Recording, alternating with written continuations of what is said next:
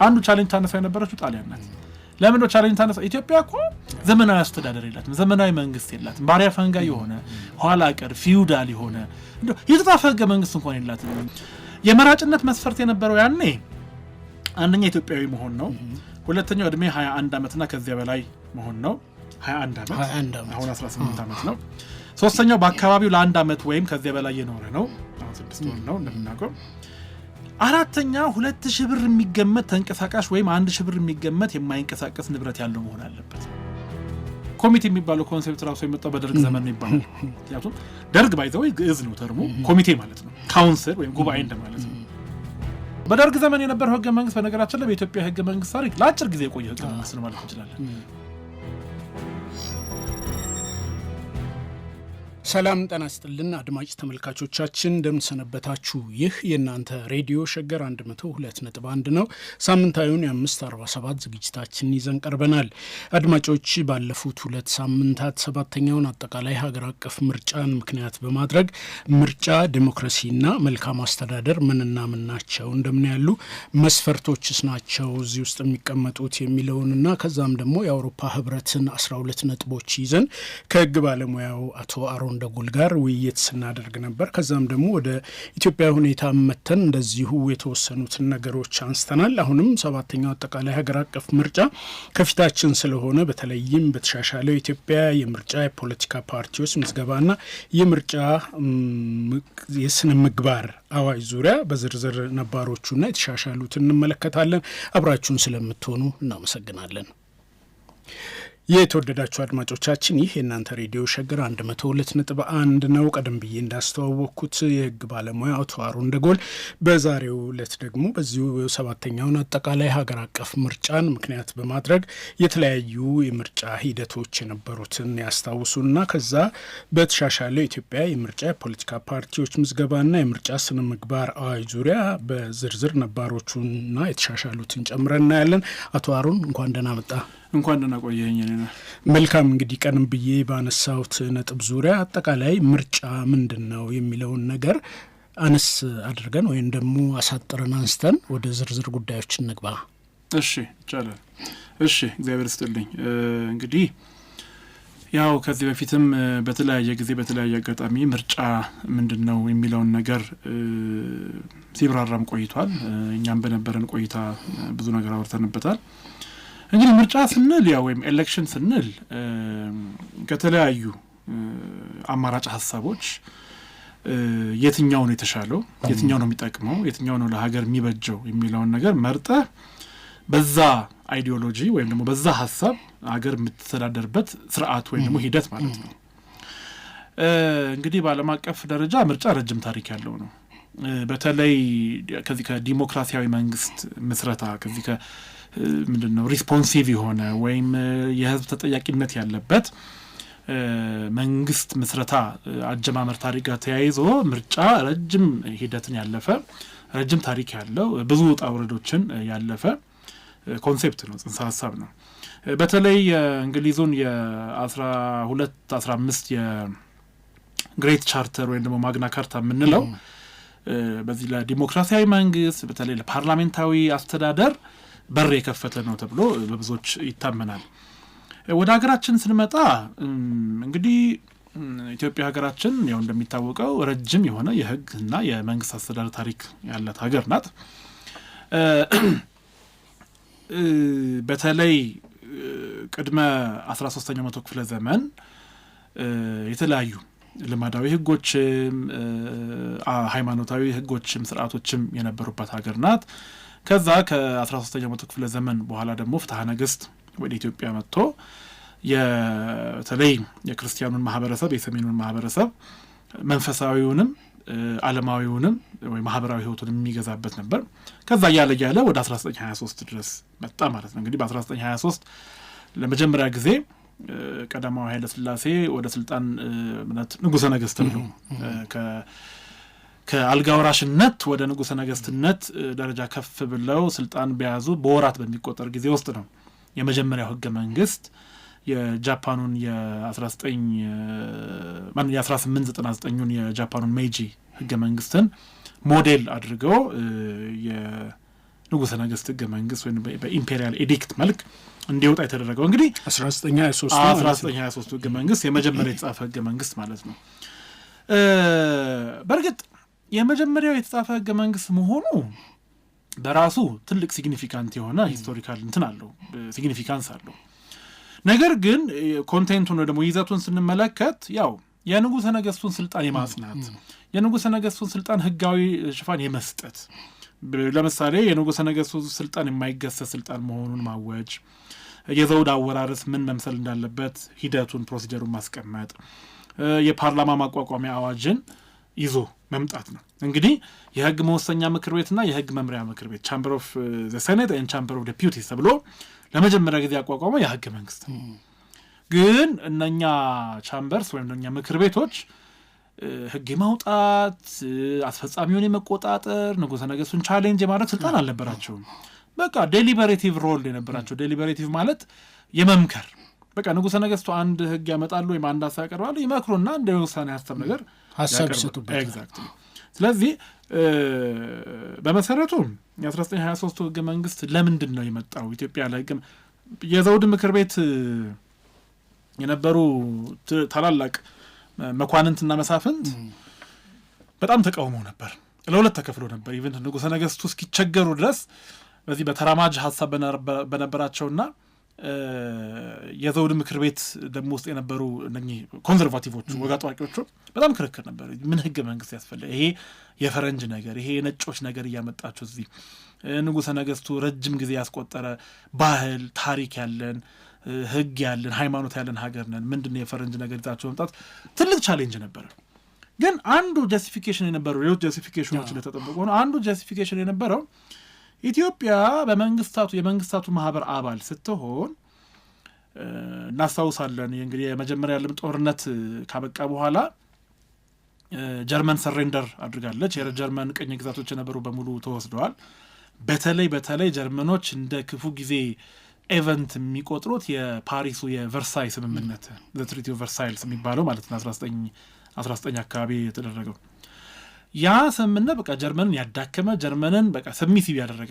ሂትለርም 1939 ላይ እንደ ኤሮፓ አቆጣጠር ሲመጣ ዋና ኮት ሲያደርግ የነበረው የ1918ቱን 19ኙን የቨርሳይ ስምምነት ጀርመንን ደቁሷታል ብሎ ነው ያስበውና ይህ 1919ና 18ቱ የቨርሳይ ስምምነት ጀርመንን ከማዳከም ባለፈ አሁን ባነው ዓለም አዲስ አደረጃጀት፣ አዲስ አወቃቀር፣ አዲስ ስርዓት ያስፈልጋታል። ራሱን የቻለ ከዚህ እንዲህ አይነት ተንኳሽና አምባገነን ከሆኑ መሪዎች የሚጠብቃት ጠንካራ ማህበር ያስፈልጋታል የሚል ሀሳብ መጥቶ የመንግስታቱ ማህበር ሊግ ኦፍ ኔሽን የተመሰረተበት ነው እና ኢትዮጵያ መስራች ናት እንደምናውቀው። ግን መስራችነቷ ላይ ቻሌንጅ ነበር። አንዱ ቻሌንጅ ታነሳ የነበረችው ጣሊያን ናት። ለምን ቻሌንጅ ታነሳ? ኢትዮጵያ እኮ ዘመናዊ አስተዳደር የላትም፣ ዘመናዊ መንግስት የላትም። ባሪያ ፈንጋ የሆነ ኋላ ቀር ፊውዳል የሆነ የተጻፈ ህገ መንግስት እንኳን የላትም በዘመኑ። በቃ ሞደርን ዲሞክራቲክ የሆነ ጋቨርንመንት ሲስተም ያለው ሀገር አንዱ መገለጫ የተጻፈ ህገ መንግስት መኖር ነው። ኢትዮጵያ ይሄ እንኳን የላትም የሚል ቻሌንጅ ስለነበር ነው እኛ የተጻፈ ህገ መንግስትም አለን የሚለውን ነገር ለማምጣት ነው 1923 የተጻፈው ማለት ነው። ስለዚህ በህገ መንግስቱ መሰረት የመጀመሪያው ፓርላማ ተቋቁሞ 2 ምክር ቤቶች እንዲደራጅለት ተደረገ። የህግ መወሰኛና የህግ መምሪያ ምክር ቤት ማለት ነው። ፓርላማው ከ1924 እስከ 28 ዓመተ ምህረት ድረስ ሲሰራ ቆይቶ በጠላት ወረራ ምክንያት ለ5 ዓመታት ያው ተዘግቶ ነበር። ግን የፓርላማው አባላት የሁለቱም ምክር ቤቶች አባላት ማለት ነው በምርጫ የመጡ አልነበሩ። በንጉሠ ነገሥቱና በመኳንንቶቻቸው ታጭተው ተሹመው የመጡ ናቸው። የምክር ቤት አባል ማለት ኮንግረስማን ማለት አሁን ድረስ ትልቅ ክብር ያለው ነው። ስለዚህ በቀጥታ በንጉሠ ነገሥቱ ነበር። በተለይ ህገ መንግስቱ ምዕራፍ 4 ቁጥር 31 እና ቁጥር 32 ወይም አንቀጽ 31 እና አንቀጽ 33 ስንሰናነበው ይሄ በግልጽ ተቀምጦ እናየዋለን። ከዛ በኋላ ለ5 ዓመት ከተዘጋ በኋላ እንደገና በ1935 ዓመተ ምህረት እንዲቋቋም ተደርጓል ይሄ ፓርላማ። ያው እንደፊተኛው 2 ምክር ቤቶች እንዲኖሩት ተደረገ። ነገር ግን እዚህ ላይ ተሻሻለ አንድ ነጥብ አለ። ይሄ ምንድነው? የህግ መወሰኛ ምክር ቤት አባላት በንጉሠ ነገሥቱ ይመረጣሉ። ነገር ግን የህግ መምሪያው አባላት የሀገር ሽማግሌዎችና በየወረዳቸው ተሰብስበው የሚመርጧቸው ባላባቶች እንዲሆኑ ተደረገ። ይሄም ቢሆን ዘመናዊ ህዝቡ ቀጥታ የሚመርጥበት ነገር አለ። ግን በፊት ከነበረው ዳይሬክትሊ ኖሚኔት ከሚደረጉት በንጉሠ ነገሥቱ ወይም በመኳንንቶቻቸው ዳይሬክትሊ ኖሚኔት ከሚደረጉ ይልቅ በየሀገሩ ያሉ በየከተማው ያሉ በጠቅላይ ግዛቱ ያሉ በየወረዳው ያሉ የሀገር ሽማግሌዎች ተሰብስበው የሚመርጧቸው ባላባቶች እንዲሆኑ ተደረገ። በተወሰነ መልኩ ወደ ታች ለማውረድ ሙከራ ተደረገ ማለት ነው። እንግዲህ እነዚህ ምንድነው የሚባሉት የምርጥ ተወካዮች ማለት ነው። የምርጥ ተወካዮች ተብለው ከ1935 እስከ 1948 እስከ ሁለተኛው የንጉሠ ነገሥቱ ሕገ መንግስት እስከ ተሻሻለው ሕገ መንግስት መምጣት ድረስ ለ15 ዓመታት ያህል አገልግለዋል ማለት ነው። በ1948 ዓመተ ምህረት አዲስ ሕገ መንግስት መጣ። ይህ አዲስ ሕገ መንግስት ሲመጣ እንግዲህ አንደኛ ዓለም አቀፍም እንትኖች አሉ፣ ኢቨንቶች አሉ። ኤርትራ ከእናት ሀገሯ ጋር ተቀላቀለች በ1952 የፌዴራል አክቱ ፈርሶ ማለት ነው። የተባበሩት መንግስታት ቻርተር መጣ። እንዲህ አይነት ለውጦች በዓለም አቀፍም በውስጥም ራሱ የህገ መንግስቱ የበለጠ መጣ። ኢቭን የህገ መንግስቱን ኮንቴንት ስታነበው ሰብአዊ መብቶችና ነጻነት በተሻለ 1923 በተሻለ መልኩ እንዲደነገጉና እንዲዘረዘሩ ተደረገ ማለት ነው። ስለዚህ አንዱ ያመጣው ለውጥ የዚህ የምርጫ ጉዳይ ነው። በ1948 ዓመተ ምህረት ህዝቡ ራሱ እንደራሴዎቹን በቀጥታ እንዲመርጥ ለመጀመሪያ ጊዜ ተደረገ ማለት ነው። የህገ መንግስቱን አንቀጽ 95 ስንመለከት ይህንን በግልጽ ያሳየናል ማለት ነው። ይህ ህገ መንግስትና በዚህ መልኩ ተመርጠው ወደ ስልጣን የመጡት አካላትም የጠቅላይ ሚኒስትር ኦፊስ ተቋቁሟል። እንደምታስታውሰው ሚኒስቴር መስሪያ ቤቶች ተቋቁሟል በዘመናዊ መልኩ እንጂ ሚኒስቴር መስሪያ ቤቶች ለመጀመሪያ ጊዜ ተቋቋሙ በዳግማዊ ምኒልክ ዘመን ነው። በዚህ መሰረት እንግዲህ ከ1948 ንጉሠ ነገሥቱ እና አጠቃላይ ንጉሳዊ ስርዓት ለአንዴና ለመጨረሻ ጊዜ እስከ ተገረሰሰበት እስከ 1967 ዓ.ም ድረስ በየ4 ዓመቱ ምርጫ እየተደረገ 5 ተከታታይ ምርጫዎች ተደርጓል። ባይዘወይ ይሄ ራሱ ብዙ የሚያነጋግር ነው። ብዙ በአሁኑ ወቅት የሚታወቃ አይመስልም። አይደለም። በየ4 ዓመቱ ነው የሚመረጡት። 5 ጊዜ ምርጫ ተደርጓል ከ1948 እስከ 1967 1967 ዓመተ ምህረት ላይ 3 ዓመት የመጨረሻው 1963 ተደረገና ምርጫ ከ64 ጀምረው ስልጣን ይዘው ተወካዮቹ እየሰሩ ስልጣን ቢያዙ በሶስተኛው ዓመት ላይ ነው ደርግ መጥቶ የበተነውና ህገ መንግስቱንም የሻረው ፓርላማውንም የበተነው እና 5 ተከታታይ ምርጫዎች ተደርገዋል። ይሄ ብቻ አይደለም። በወቅቱ አሁን ይሄም ብዙም አይታወቅም። በወቅቱ ምርጫውን የሚያካሂድና የሚያስፈጽም የሚከታተል ማኔጅ የሚያደርግ የምርጫ ቦርድም ተቋቁሞ ነበር። ራሱን የቻለ ኢንስቲቱሽናል ፍሬምወርክ ወይም ተቋማዊ ማዕቀፍም ነበረው። ይሄ ቦርድ ለብቻው አክት የማድረግ ስልጣን ቢኖረውም ግን በብዛት ከሀገር ውስጥ ጉዳይ ሚኒስቴር ጋር በመተባበር ይሰራ እንደነበር ነው የታሪክ ድርሳናት የሚገልጹት። የመራጭነት መስፈርት የነበረው ያኔ አንደኛ ኢትዮጵያዊ መሆን ነው። ሁለተኛው ዕድሜ 21 ዓመትና ከዚያ በላይ መሆን ነው። 21 ዓመት አሁን 18 ዓመት ነው። ሶስተኛው በአካባቢው ለ1 ዓመት ወይም ከዚያ በላይ የኖረ ነው። አሁን 6 ወር ነው እንደምናውቀው። አራተኛ 2,000 ብር የሚገመት ተንቀሳቃሽ ወይም 1,000 ብር የሚገመት የማይንቀሳቀስ ንብረት ያለው መሆን አለበት ለመምረጥ የመራጭነት ነው። የመራጭነት መስፈርት ነው። ስለዚህ ይሄንን መስፈርት ያሟላ ሰው መምረጥ ይችል ነበር። የንብረት ባለቤት መሆን አለበት። ያው የንብረት ባለቤት አካባቢው ላይ የስታተስም ጉዳይ ስለሆነ ነው። ደረጃውን ለማሳየት ነው። ኤግዛክት እና 2,000 ብርና 1,000 ብር ሲባል አድማጮቻችን ትንሽ ፈገግ ሊያሰኝ ይችላል። በወቅቱ የነበረው ታይም ቫሊ ኦፍ መኒ እና አሁን ያለው አንድ አይደለም ማለት ነው።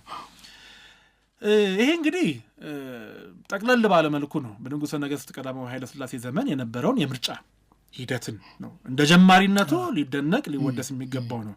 ብዙ የተሻሻሉ ነገሮች ቢኖሩትም ማለት ነው። በውስጡ ወዲያው ተሻሽሎ ደግሞ 5 ጊዜ ምርጫም ተካሂዷል። ኤግዛክት ቦርድም ተቋቁሞ ኤግዛክት። ይሄ በጣም በዘመኑ በጣም ተራማጅ የነበረ እንትን ነው ማለት እንችላለን። ወደ ዘመነ ደርግ ስንመጣ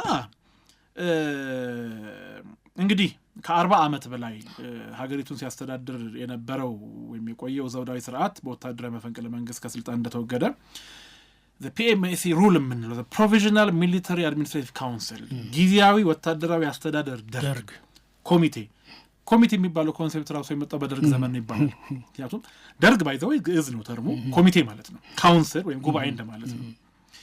ስለዚህ በጥቂት ወታደራዊ መኮንኖችና የበታች ሹማምንት የሚመራ ኮሚቴ ተቋቋመ። ሀገሪቱን እንግዲህ ከ1967 እስከ 1979ና 80 ለ13 ዓመታት ያክል ያለ ህገ መንግስት ያለ ምርጫ ያለምን ወታደራዊ ሁኔታ ብቻ ማለት ነው።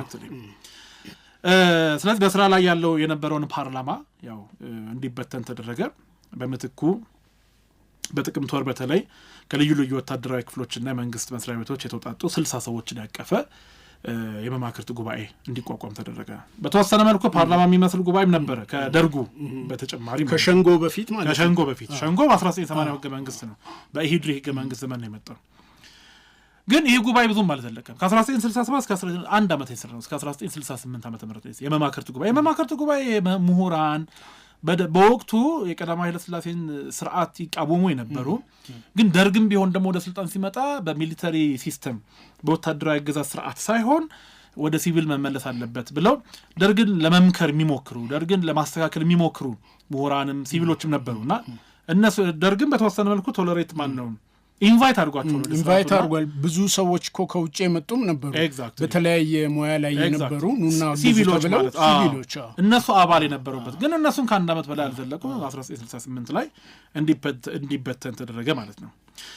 ወደ 1979 ህገ መንግስት ወይም 1980 አካባቢ የወጣው ህገ መንግስት ስንመጣ 835 አባላት ያሉት እና የሥራ ዘመናቸው 5 ዓመት እንዲሆን የተደረገ ባለ አንድ ሸንጎ ምክር ቤት በኢሂድሪ ህገ መንግስት መሰረት እንዲቋቋም ተደረገ ማለት ነው። ይሄ ብሔራዊ ሸንጎ ነው። ብሔራዊ ሸንጎ ህግ የማውጣት እንግዲህ በኢሂድሪ ህገ መንግስት ዘመን የነበረ የመንግስት አወቃቀር አደረጃጀት ትንሽ ለየት ያለ ነው። ሸንጎ አለ፣ የፕሬዝዳንቱ ጽህፈት ቤት አለ፣ የመንግስት ምክር ቤት ደግሞ የሚባል አለ። ይሄ የመንግስት ምክር ቤት ካውንስል ኦፍ ስቴት የሚሉት ህገ መንግስትን የመተርጉም ኦልሞስት ከሸንጎ ጋር እኩል የሆነ ስልጣን የነበረው ነው። በሪፐብሊኩ ፕሬዝዳንት ነው የሚመራው ሰብሳቢው ማለት ነው። የሚኒስትሮች ምክር ቤት አለ ያለ በወቅቱ ለመራጭነት ያበቁ የነበሩ መስፈርቶች እድሜ ከ18 ዓመት እና ከዛ በላይ መሆን፣ የአእምሮ ጤነኛ መሆን እና በፍርድ ቅጣት ውስጥ ያልሆነ 3 መስፈርቶች ናቸው ለመራጭነት ማለት ነው። ግን የዜግነት ጉዳይ ምናምን አይነሳም እዚህ ላይ ቢያንስ እዛ ላይ ያልተጠቀሰም። ግን ወደ እጩ መጠቆም፣ እጩ መሰየም፣ እጩ መምረጥ ስንመጣ ግን ከፓርቲው ያወጣል። የኢሰፓ ምንድነው የኢትዮጵያ ሰራተኞች ፓርቲ እጩ የሚጠቁመውም የሚያስመርጠውም ፓርቲው ነው። ባለ አንድ ፓርቲ ነው። ከዛ በላይ ፓርቲ ቶለሬት አያደርግም ብሎ በወቅቱ የነበረው ፕሬዚዳንት መንግስቱም ግልጽ አድርገዋል። ኢሰፓ የመድበለ ፓርቲ ስርዓት የሚቃወም የሶሻሊስት ርዕዮት የሚያራምድ የስርዓት የነበረ ነው። ስለዚህ ጠቋሚው ማስመራጩም ተመራጩም ራሱ ኢሰፓ ነው ማለት ነው። ይሄ በደርግ ዘመን የነበረው ህገ መንግስት በነገራችን ላይ በኢትዮጵያ ህገ መንግስት ታሪክ ለአጭር ጊዜ የቆየ ህገ መንግስት ነው ማለት እንችላለን። 2 ዓመት ረጅም ጊዜ ህገ መንግስት ሳይኖር ወጣ። ከዛ ደግሞ በጣም በአጭር ጊዜ በ80 ህገ መንግስት ወጣ፣ በ83 ደርግ ከስልጣን ተወገደ ማለት ነው። ወደ ሽግግር መንግስቱ ዘመን ስንመጣ ከ1983 እስከ 87 ያለው የሽግግር ዘመንም ቲጂ ቻርተር የተጸደቀበት ወይም ደግሞ ትራንዚሽናል ሲስተም የነበረበት ነው። እንግዲህ ያው ኢህአዴግ 17 ዓመት ታግሎ ደርግን ከስልጣን ላይ እንዲነሳ ካደረገ በኋላ ከግንቦት 24 እስከ ግንቦት 28 የሽግግር ጉባኤ ተደረገ። ይሄ ልዩ ልዩ የፖለቲካ ፓርቲዎች የፖለቲካ ኢንትረስት የነበራቸው ተቃዋሚዎችም ተሰብስበው አንድ ዶክመንት አወጡ ማለት ነው። ይሄ ታሪካዊ ዶክመንት የሽግግር ወቅት ቻርተር ነው። ታሪካዊ ዶክመንት ነው። ይሄም ለ3 ዓመት የቆየ ቻርተር ነው። እንግዲህ በቻርተሩ መሰረት 86 አባላት ያሉት ምክር ቤት እንዲቋቋም ተደረገ። ይሄ ምክር ቤት የተለያዩ የፖለቲካ ኢንትረስት ያላቸው የፖለቲካ ፓርቲዎች እንዲሳተፉበት የተደረገ ምክር ቤት ነው። የሽግግር ምክር ቤት ይባል የነበረ ነው። ይሄ ምክር ቤት ነው እንግዲህ በወቅቱ የነበረውን ፕሬዚዳንት፣ በወቅቱ የነበረውን ጠቅላይ ሚኒስትርና አስፈጻሚውን እና የፍርድ ቤት የዳኝነት አካላትን ያቋቋመው። ከዛ ሌላው ይሄ የሽግግር ወቅት ቻርተሩ ያደረገው ነገር ምንድነው? የምርጫ ኮሚሽንም በአዋጅ ቁጥር 1184 እንዲቋቋም ተደረገ። ይሄ በአዋጅ ቁጥር 1184 የወጣው የምርጫ ኮሚሽን አዋጅ በየካቲት 1984 ዓመተ ምህረት የወረዳና የቀበሌ ጊዜያዊ አስተዳደር አካላት ምርጫ እንዲያካሂድ አድርጓል። ይሄ እንግዲህ የሆነው ከህገ መንግስቱ በፊት ነው። ኦፍ ኮርስ በፊት ነው። ህገ መንግስቱ ገና እየመጣ ነው። ብዙም ሳይቆይ አሁንም በዚሁ ዓመት ግንቦት ወር 1984 ላይ ብሔራዊ ክልላዊና የዞንና የወረዳ ምክር ቤቶች አባላት ምርጫም ተካሂዷል። በ1984 ማለት ነው። ወደ 1987 ህገ መንግስት ስንመጣ እንግዲህ በይፋ 1987 ላይ ህገ መንግስት ወጣ። ከ6 ወር በኋላ ተግባራዊ መሆን ጀመረ። እንደምናውቀው ህዳር ላይ ወጥቶ ነሐሴ ላይ ነው ተግባራዊ መሆን የጀመረው ህገ መንግስታችን ሁላችን እንደምናውቀው። ምርጫም የተካሄደው ወዲያውኑ ነው ከወራት ኤግዛክትሊ የመጀመሪያው ሀገራዊ ምርጫ ከህገ መንግስቱ መጽደቅ በኋላ የተካሄደው ምርጫ እሱ ነው። ይሄ እንግዲህ በመጀመሪያ ደረጃ የምርጫ ቦርድን ያቋቋመው የምርጫ ቦርድ በህገ መንግስቱ አንቀጽ 102 መሰረት ነፃ ገለልተኛና ፍትሃዊ ምርጫ ለማካሄድ የሚያስችል አደረጃጀት ያለው መዋቅር ያለው የምርጫ ቦርድ እንደሚቋቋም ወደፊት እንደሚቋቋም ህገ መንግስቱ በቀጥታ ያቋቁመው ወደፊት እንደሚቋቋም ነው የሚያስቀምጠው። እንግዲህ የምርጫ ኮሚሽን የነበረው በአዋጅ ቁጥር 11 1984 መሰረት የተቋቋመ የምርጫ ኮሚሽን ስልጣኑን አስረክቦ ስራውን አጠናቆ በምትኩ ለቦርዱ ስልጣኑን አስረከበ ማለት ነው። ያ ወረዳና ቀበሌ ላይ ምርጫ ሲያካሂድ ነበር ማለት ነው። ብሔራዊ ምርጫም አካሂዷል። ብሔራዊ የዞንም የክልልም የወረዳ ምክር ቤት አባላትን ምርጫም አካሂዷል። ያ ኮሚሽን ታሪካዊ ኮሚሽን ነው ማለት እንችላለን። ቦርዱ ከተቋቋመበት እንግዲህ ጀምሮ ቦርዱ የምርጫ አዋጁን 5 ጊዜ ለማሻሻል ሞክሯል። ከህገ መንግስቱ በፊት ነው እንግዲህ እንደምናስታውሰው የምርጫ ኮሚሽን የተቋቋመው በ1984 ተቋቁሟል። እንደገና ማሻሻያ አዋጅ በ1985 ነበረ። አሁንም በ1986 ተሻሽሏል። ከዛ በኋላ ህገ መንግስቱ ከወጣ በኋላ ደግሞ እንደ አዲስ የምርጫ አዋጁ በአዋጅ ቁጥር 11187 ከህገ መንግስቱ በኋላ የመጀመሪያ የምርጫ አዋጅ የምናልት አዋጅ ቁጥር 11187 ናት። ከዛ በኋላ አዋጅ ቁጥር 18792 ተሻሻለ። አሁንም በ97 አዋጅ ቁጥር 438 ምርጫዎቹ በደረሱ ወቅቶች ሲሻሻል ነበረ ማለት ነው። እንዲህ አይነት ትሬንድ ነበር ኦፍ ኮርስ። ከዛ በስተመጨረሻ አዋጅ ቁጥር 53299 መጣ ማለት ነው። እንግዲህ ከ1987 ዓመተ ምህረት ጀምሮ እስከ አሁን ድረስ 6 ሀገራዊ ጠቅላላ ምርጫ ተደርጓል። አንዱ በ87 ዓመተ ምህረት ነው። አንዱ በ92 ዓመተ ምህረት፣ አንዱ በ97፣ አንዱ በ2002፣ አምስተኛው በ2007 እና የመጨረሻ አሁን 2012 2013 የነበረው ምርጫ ነው። አሁን እንግዲህ ቀጣዩ ሰባተኛው አጠቃላይ ምርጫ ነው ማለት ነው። እንግዲህ እንደው ምንድነው በደምሳሳው ወይም ደግሞ ጠቅለል ባለ መልኩ በወፍ በረር የሀገራችን የምርጫ ሂደትና ታሪክ ይሄን ይመስላል። ይሄ ብቻ እንዳልነበረ ለማሳወቅም ነው። በተለይም በአፄ ኃይለ ሥላሴ ዘመነ መንግስት 5 ጊዜ ምርጫ መካሄዱን ራሱ አድማጮቻችን በደንብ ልብ ይገባል። ከዛም በላይ ደግሞ ኮሚሽን የምርጫ ኮሚሽን ተቋቁሞ አደረጃጀት ከቀዳማዊ ኃይለ ሥላሴ ዘመን ነበር አደረጃጀቱ። ያው ሲወድቅ ሲነሳ ብዙ ችግሮች፣ ብዙ ተግዳሮቶች፣ ብዙ ውጣ ውረዶችን ያለፈ ነው። ግን አሁን ዝም ብሎ ድንገት መጥቶ ጉብ ያለ ነገር አለመሆኑን ነው እንጂ የኢትዮጵያ የምርጫ ታሪክና የህገ መንግስት ታሪክ ከዚህ በላይ ሰፊ ነው። እዚህ ውስጥ እንግዲህ አድማጮችም እንዲያዩ የምንፈልገው ምንድነው ኢትዮጵያ ውስጥ ያሉ ተቋማት አዳዲስ ተቋማት አለመሆናቸውን ነው። በተለይም ከአፄ ምኒልክ ጀምረው ተቋማት በጣም ስርዓት ይዘው ሲቋቋሙ የነበሩበት ነውና ዝም ብሎ እንደው እነሱ ላይ ነው የተጨመረው። አሁን ለምሳሌ በደርግ ዘመን እንደው በሌላ ርዕስ ወይም በሌላ ጊዜ እንመጣበታለን እንጂ ስለዚህ የብሔራዊ ሰብአዊ መብት ተቋማት ብዙ ጊዜ ሰው የሚያስበው የእንባ ጠባቂ ተቋም፣ የሰብአዊ መብት ኮሚሽን አሁን የህገ መንግስቱ ፍሬዎች ናቸው ብሎ ያስባል። ወደኋላ ግን መለስ ብለን ስናይ በደርግ ዘመን የእንባ ጠባቂ ተቋም የሚባል ነበር። ፌመስ አልነበረም፣ ያን ያክል ጠንካራ አልነበረም፣ ሪስፖንሲቭ አልነበረም። የብሔረሰብ ኢንስቲትዩት ብሔር ብሔረሰቦች ኢንስቲትዩት የሚባል ነበረ። እነኚህ ተቋማት ነበሩ። እንግዲህ ነበሩ ሲባል ከነ ችግሮቻቸው ከነ ቻሌንጆቻቸው ከነ ክፍተቶቻቸው ነው። ግን ነበሩ። አዲስ የመጣ ክሬሽን ወይ ነው አዲስ የመጣ እንትን አይደለም፣ ግኝት አይደለም። እሱን አጽንኦት መስጠት ይገባል።